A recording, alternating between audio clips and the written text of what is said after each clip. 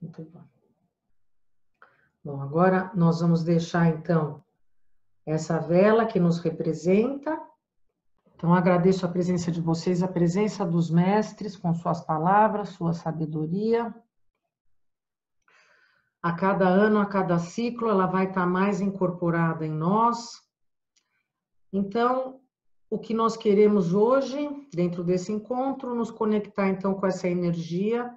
Amanhã é o dia 9 de Ave, o último dia dentro desse período das 3 semanas estreitas, por conta de todo julgamento que se apresenta nesse período, essa luz que vem, então, do centro do universo, sem filtro, e precisamos, então, de alguma forma, nos colocar numa consciência mais elevada, porque essa queimadura, ela não aparece simplesmente por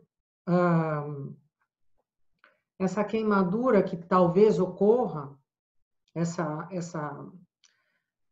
dor que talvez apareça, esse desafio ou essa queda que talvez aconteça durante esse período das 3 semanas estreitas, ela não vai aparecer como um castigo por eu não ter feito a minha missão. Ela simplesmente vai ser o resultado de algo que eu mesmo acabei manifestando, e essa situação do desequilíbrio não é, então, um castigo, mas é, então, uma situação criada por mim mesma, quando em algum momento eu causei dor a outra pessoa, eu aprisionei o prazer de outra pessoa em favor de mim mesma, quer dizer, como se eu tivesse roubado essa possibilidade de um outro ser, de receber uma dose de prazer do nosso Criador, e eu, de alguma maneira, fiz alguma ação em que eu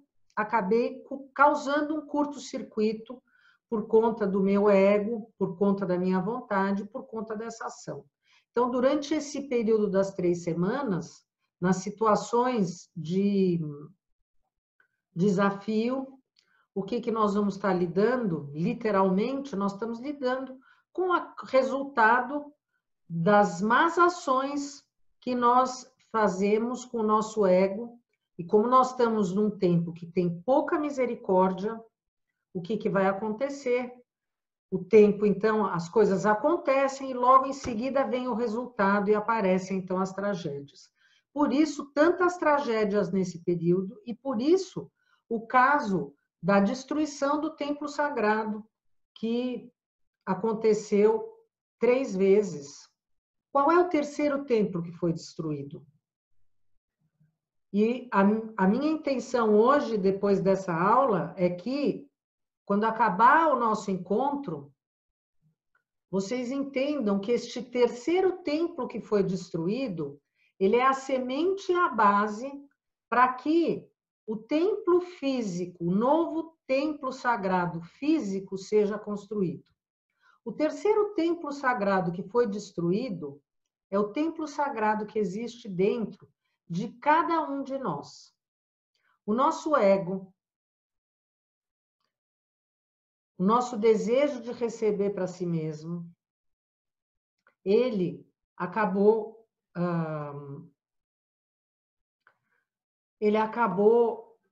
cortando essa ligação da nossa alma, Neshama, com o nosso eu físico.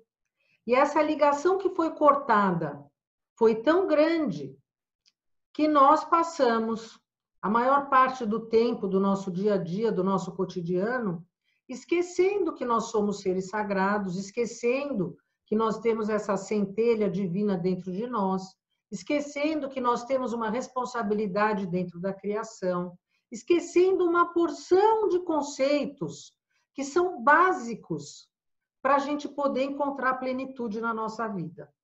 E não só nós esquecemos, como muitas pessoas, então, o processo do despertar, que a gente diz dentro da Cabala que é o processo do relembrar, muitas pessoas, por si só, talvez porque não é ainda o momento, não vem essa necessidade, não vem a importância de fazer esse trabalho, de se redescobrir, de reconstruir, então, esse templo sagrado, divino, interno, que existe lá no mundo metafísico, mas o nosso mundo físico só vai ser o mundo do paraíso, a gente só vai voltar a viver no paraíso quando a gente conseguir incorporar esse templo sagrado dentro de nós. A gente fala que a nossa alma é o trono, né? Quer dizer que o nosso coração é o trono da nossa alma. Então, esse trono faz parte do nosso templo sagrado. O fato é que a gente esquece, dentro de tantos afazeres, e como nós estamos tão misturados, a gente teve esse processo de contaminação já de forma tão profunda, que a gente não consegue, então, fazer essa lembrança. Então, dá muito mais trabalho lembrar e a gente acaba indo dentro dessa onda robótica de fazer as coisas sem pensar.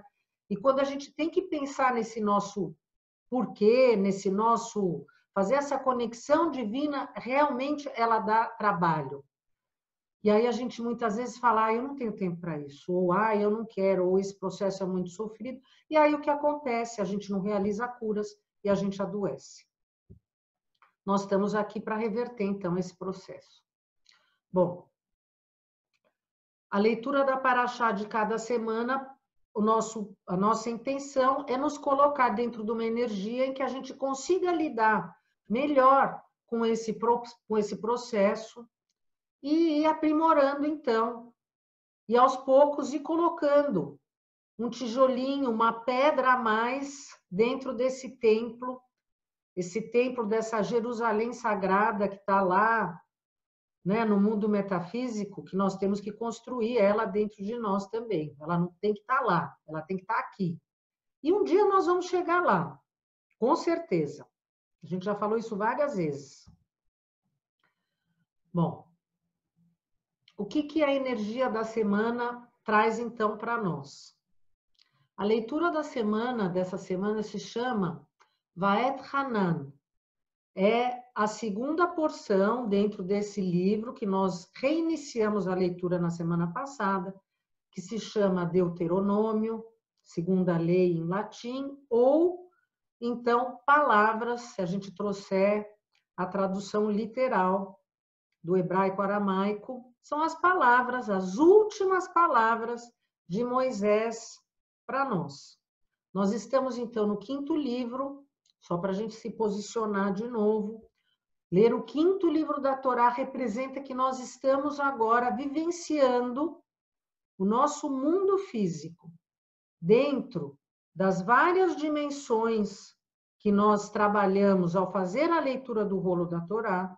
Quando a gente chega no quinto livro, nós estamos, de alguma forma, falando literalmente sobre um aspecto real e físico aqui da nossa manifestação física, do nosso mundo, cada uma com o seu mundo, cada um com o seu mundo. Moisés fala esse livro na primeira pessoa. Então, já que nós estamos no físico, não poderia ser uma leitura mais direta do que essa. É uma palavra direta, um aviso, um chamado para cada uma de nós. Sabemos, então, que a primeira palavra da Paraxá, o nome da Paraxá, já diz, então, a essência. E a essência dessa Paraxá, se eu pensar, então, na tradução dessa palavra que eu falei para vocês, Vaet Hanan, e roguei, e implorei. Eu vou só ler aqui a primeira frase, rapidamente, para a gente, então, escutar essa palavra de Moisés para nós.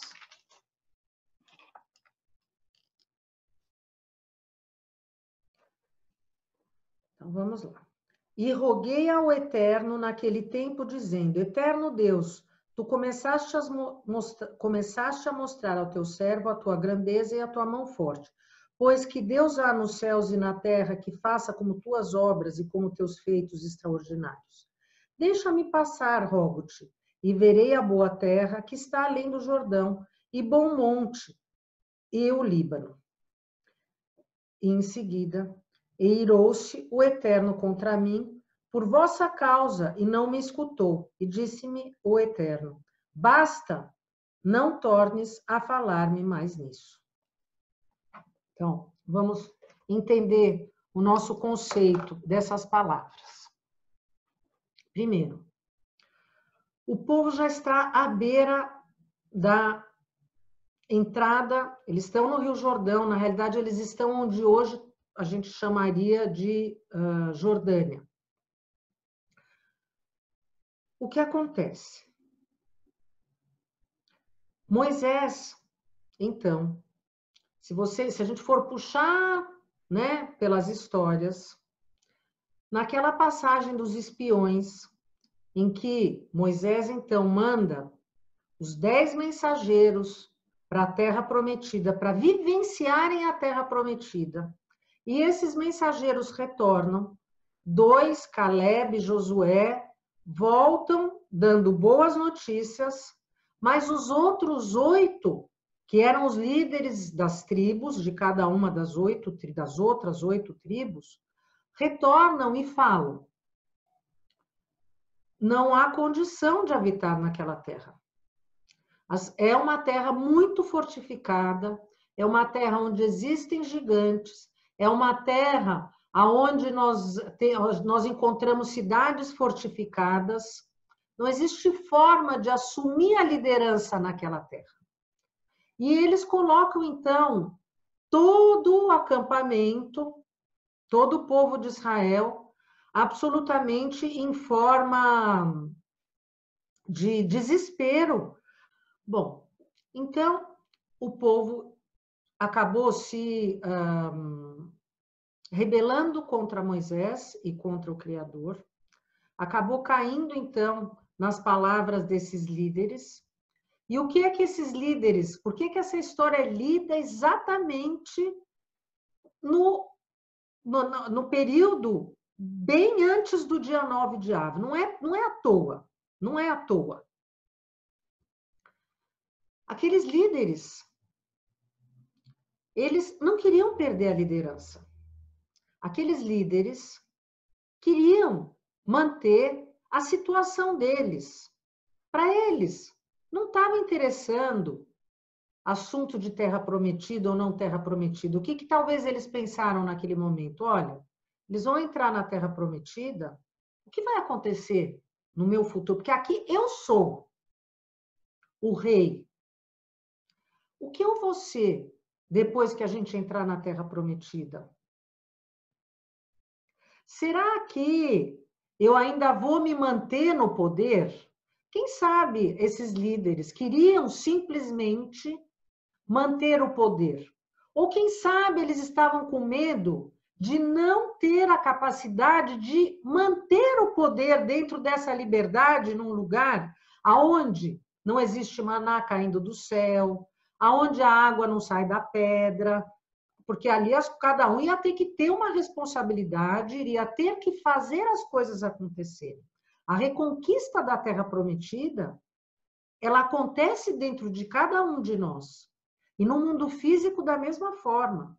A gente consegue alcançar essa dimensão mais elevada através de um trabalho que é feito de forma individual dentro de um todo, dentro desse dentro desse errado.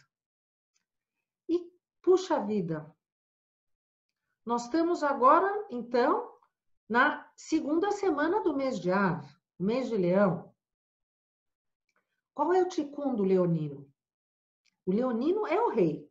O leonino está com a coroa. Só que nós já falamos, qual é a correção? A correção é eu entender que eu sirvo a Deus, mas eu não sou Deus. Existe algo acima de mim.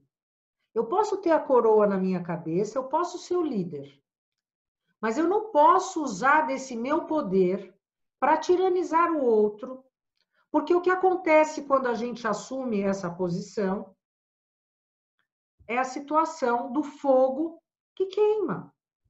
Da mesma forma que eles foram queimados, qual foi o resultado que aconteceu? O resultado foi que aquela geração não pôde entrar na Terra Prometida e,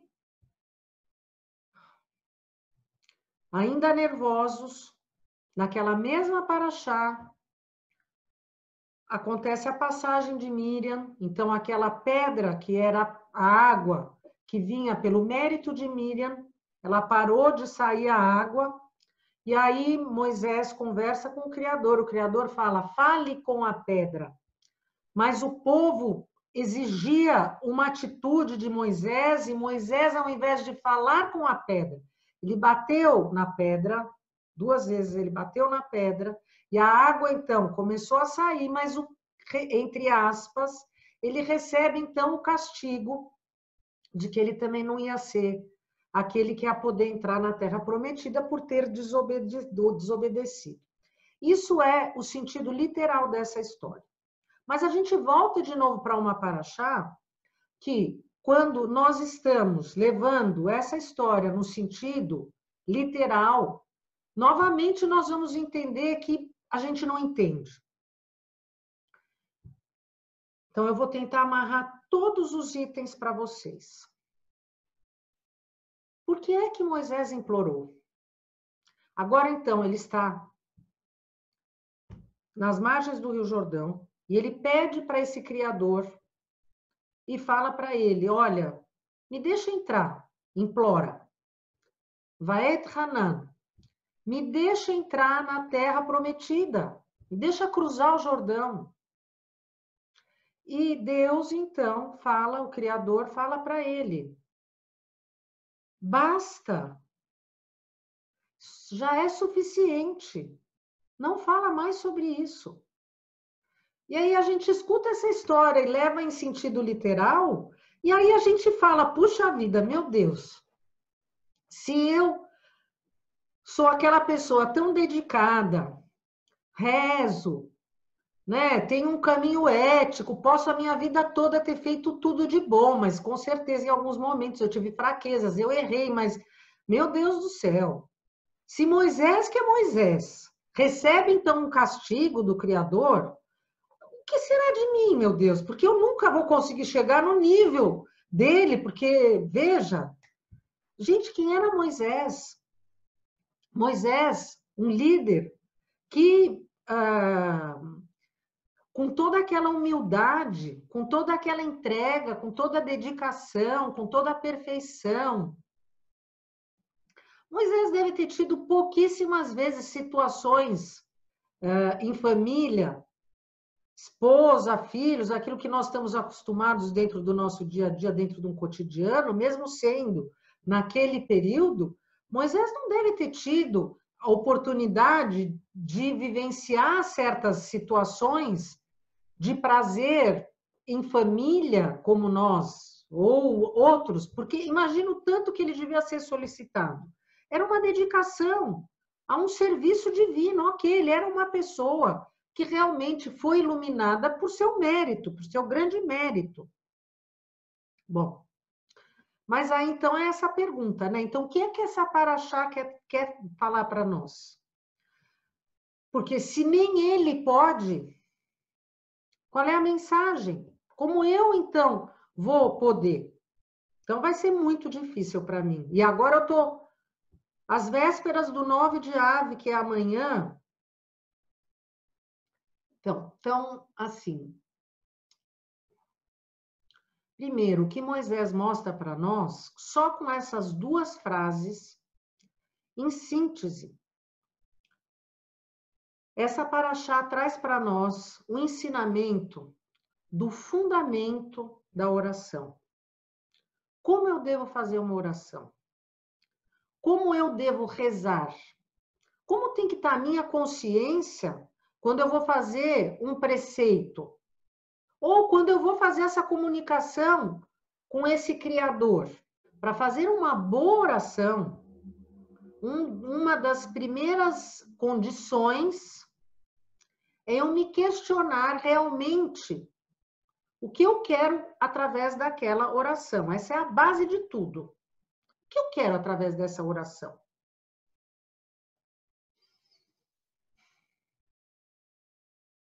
Muitas vezes nós podemos estar fazendo orações com pedidos, que são pedidos como quem vai fazer a lista do supermercado. Então, eu posso fazer lá o pedido. Olha, eu quero saúde, eu quero trabalho. Deus, por favor, me dá saúde, por favor, trabalho. Só coisa boa. Eu não estou pedindo para ele fazer nada ruim, mas eu estou pedindo para ele me ajudar. Olha, por favor, me ajuda a encontrar uma gêmea. Alguém vê alguma coisa errada nisso? Que é um nível, isso é um nível de oração.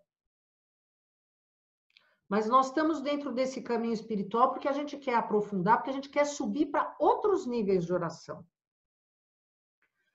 Então, assim, eu não vou nem entrar no contexto de uma pessoa que ainda pede ajuda divina para fazer o mal para outra pessoa, porque, por incrível que pareça, isso acontece no nosso mundo físico.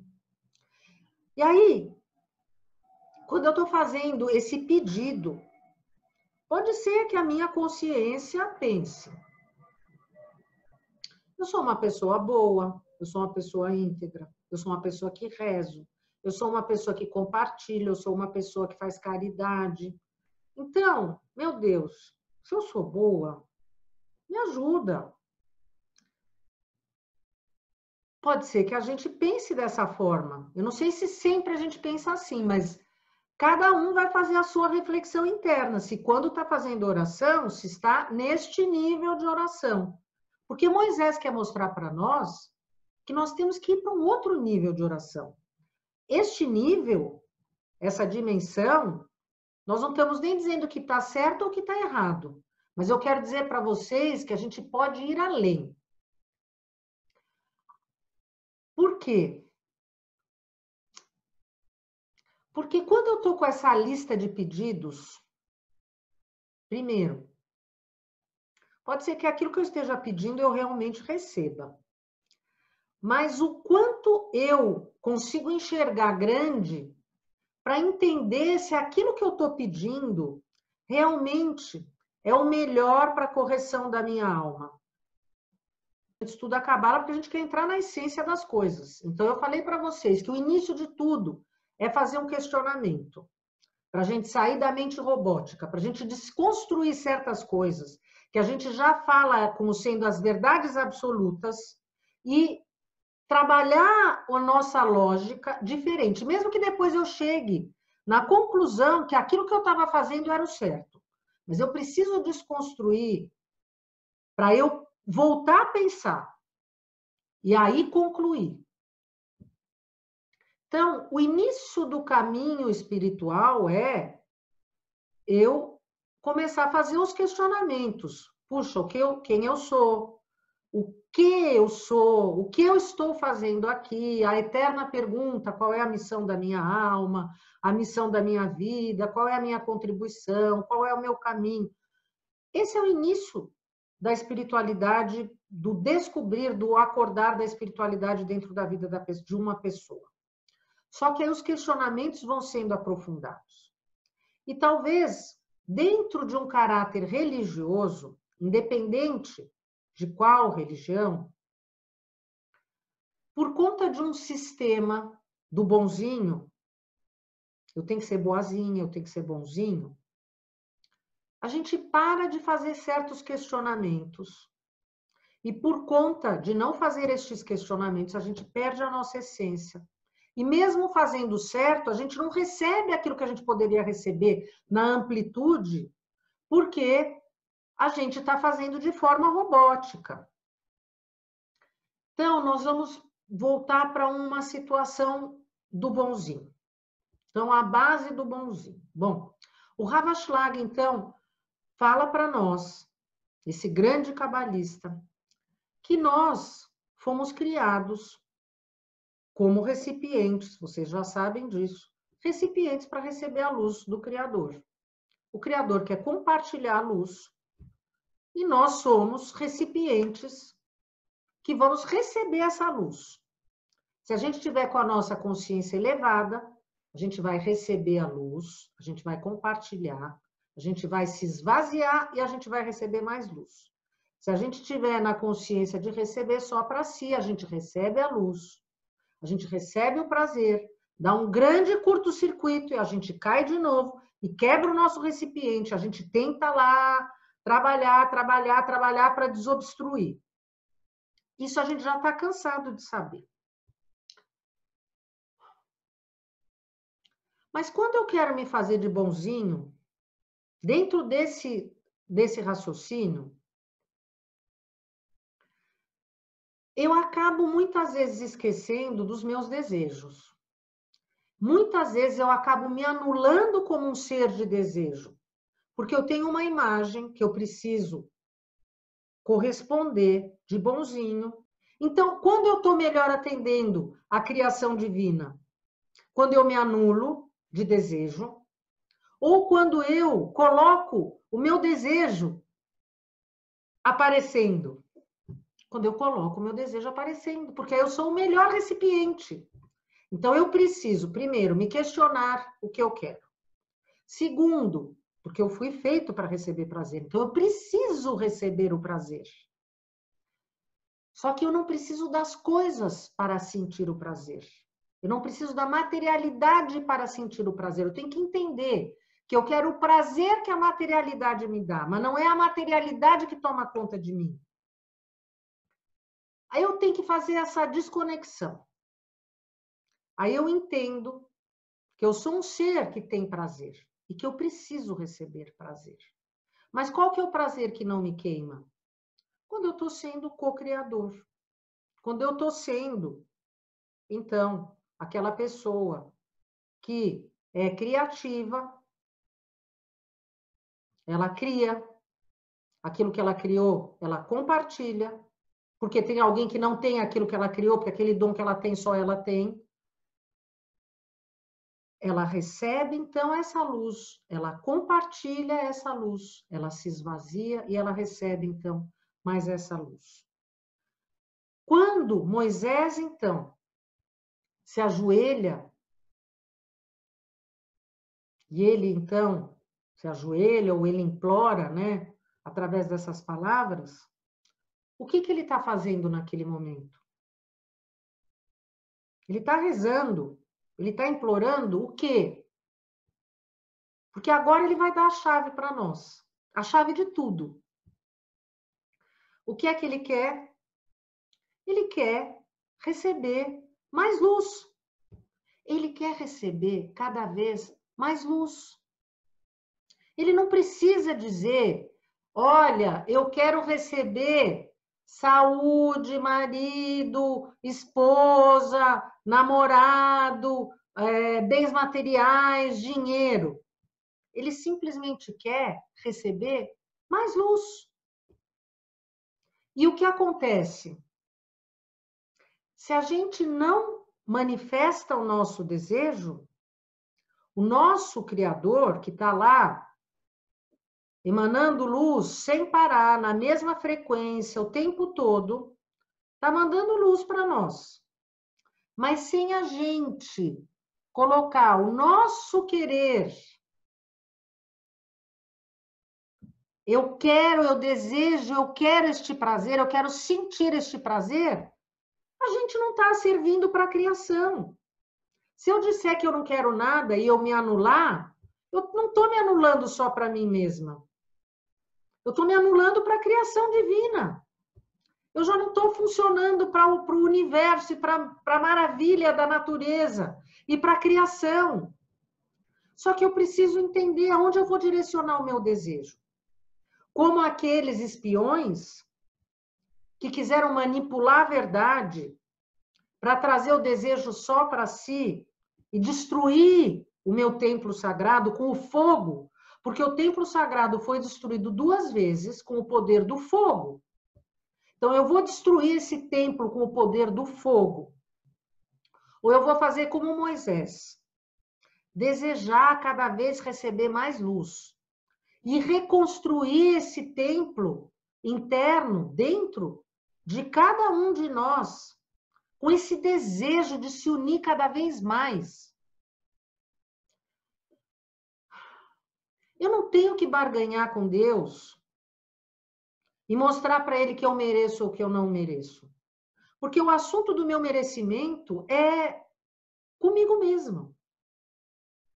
Não é Ele que vai fazer contabilidade.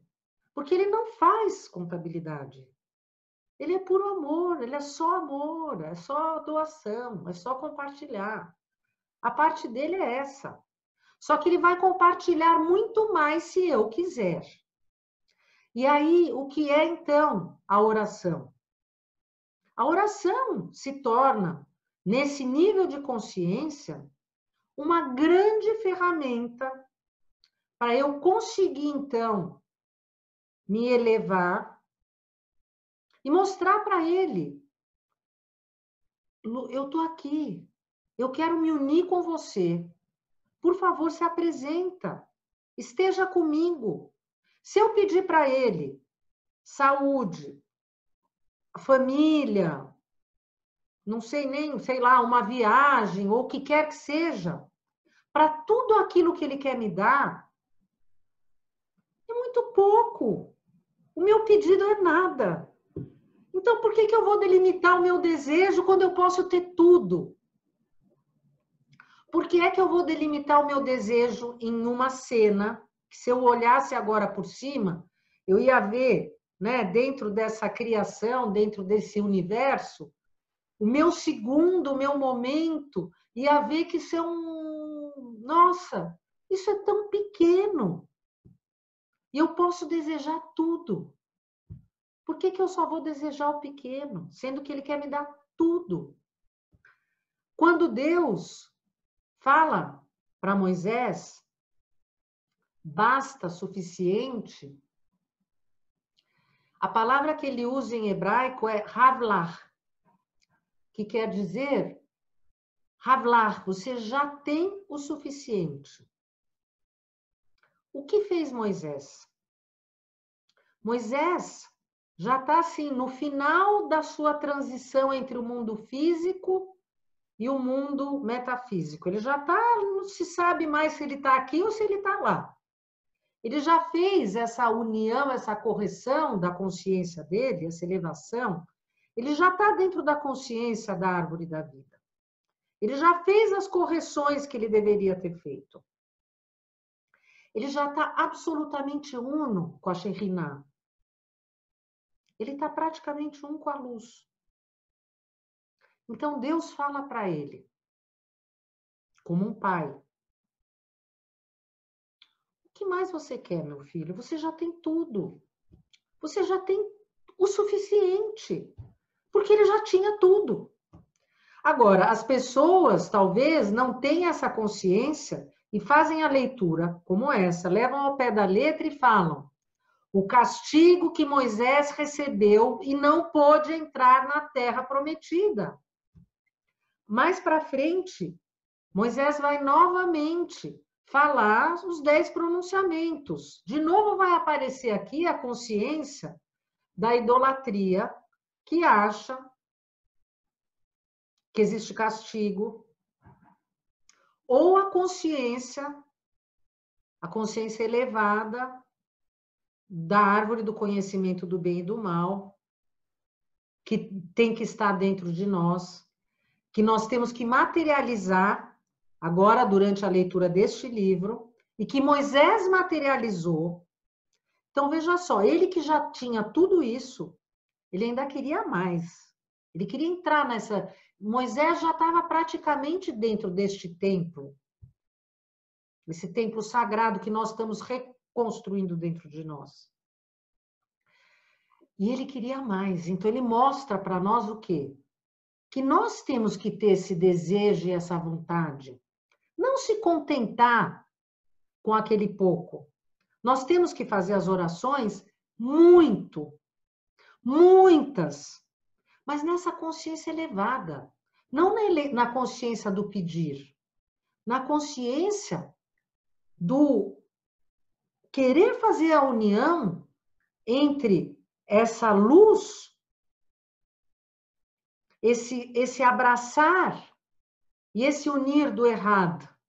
É aquele que não cessa nunca a sua vontade, como a de Moisés, de mesmo já ter recebido tudo aquilo que imagina que é possível e ainda quer mais.